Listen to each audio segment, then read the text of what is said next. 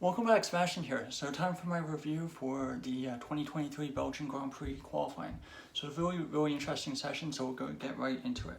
So at the start of Q1, there was a 10-minute delay because of, I guess presumably they thought the track was too wet. And when it did start, everyone was starting on the intermediate tires.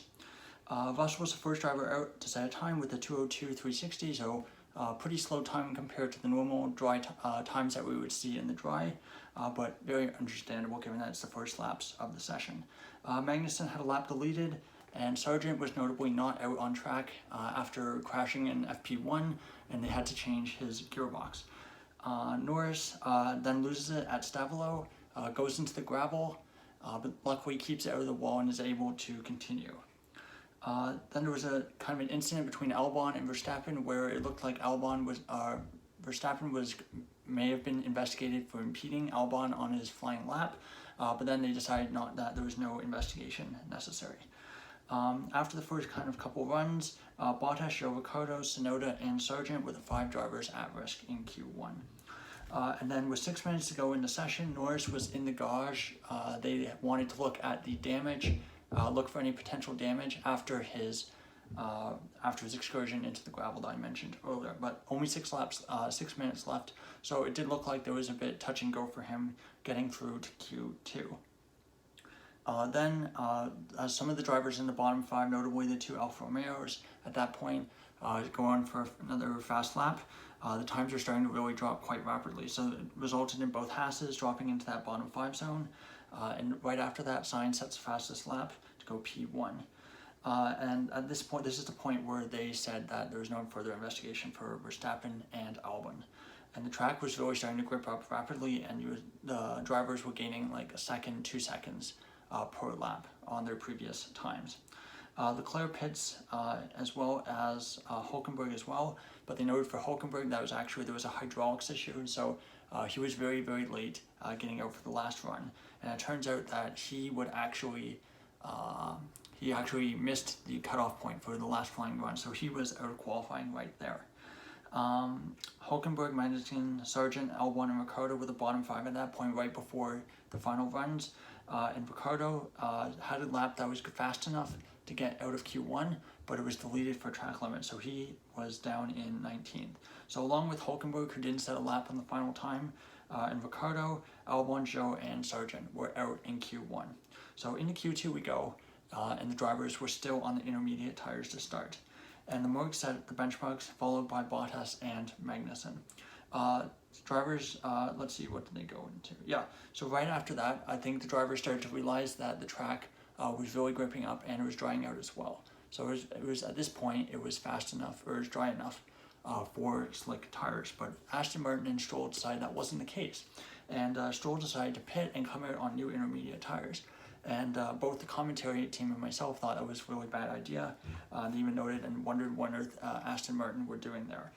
Bottas, and at the same point, Bottas and Piastri were out on slick, showing that other teams were going out on that slick tire.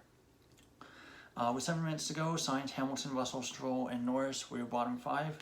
Norris was a bit delayed leaving the garage.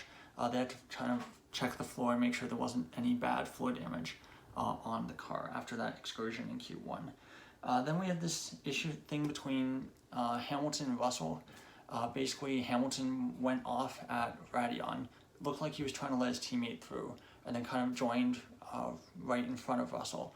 And the stewards are actually looking at it for unsafe rejoin, and we're going to see if anything comes of this, but I doubt it, especially since it's between teammates. But with safety issues, you never really know. Let's see.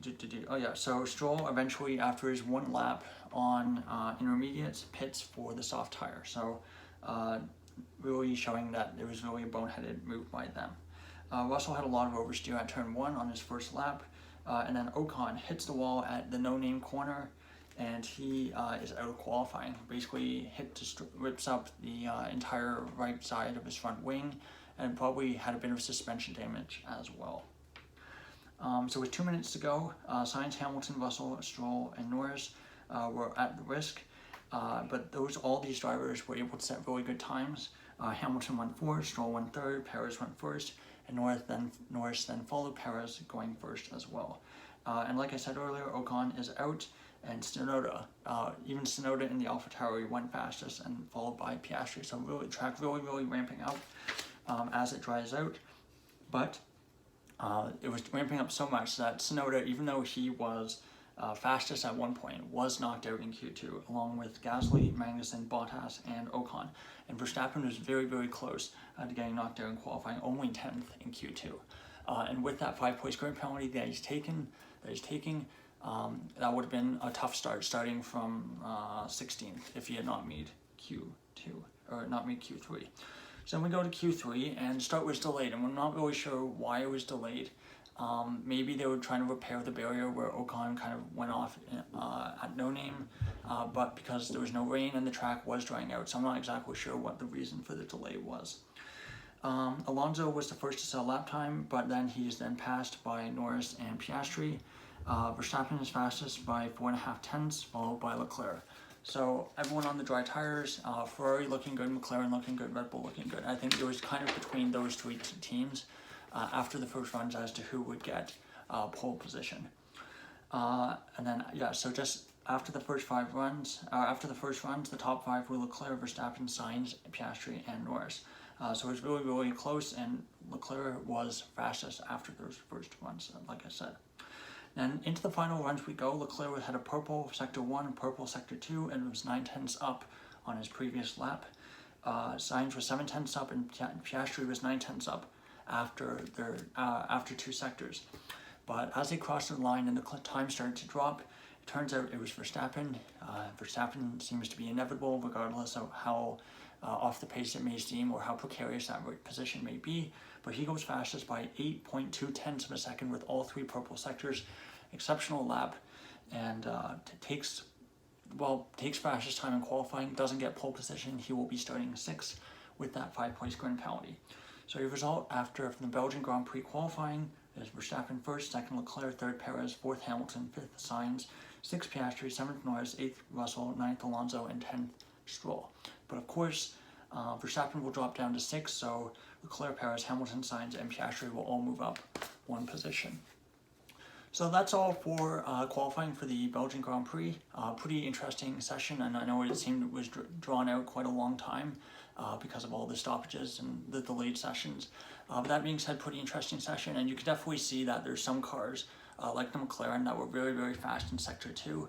Put a lot more downforce on the car, and are expecting it to be wet at some point this weekend, but other cars like the Red Bull were going more for straight line speed of Ferrari too. So it'll be really interesting to see and how it plays out for the rest of the weekend, especially since they can't really change the setup between a whole lot between now and the Grand Prix, and they still have to do sprint quali, the sprint race, as well as the main Grand Prix on Sunday. So 3 different sessions, and it seems like rain's going to be kind of on and off throughout the weekend.